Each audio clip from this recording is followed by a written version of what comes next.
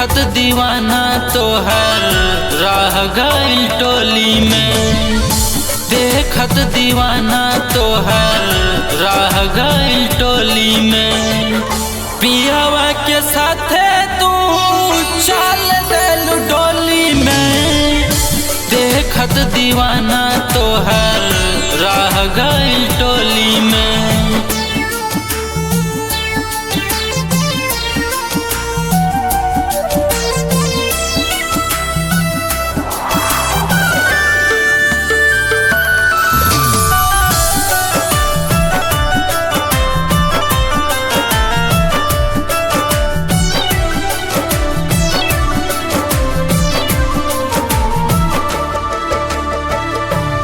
चले न रही कबो पानी दरार हो।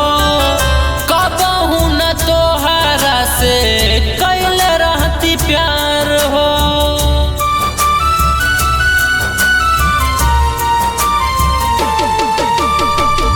सोचले न रही कबो पानी दरार हो। कबहू न तोहरा से कैल रहती प्यार हो। नहीं खे आवाज गोरी हमारा या बोली में। देखत दीवाना तोहर रह गइल टोली में।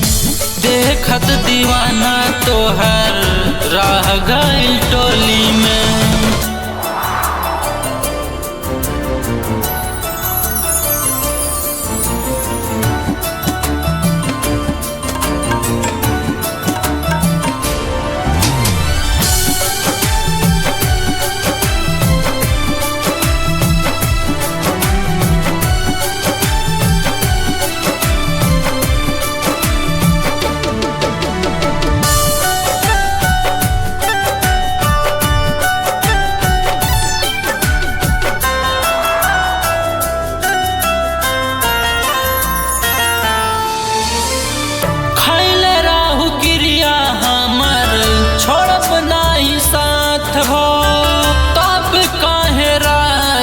के चल देलू साथ हो।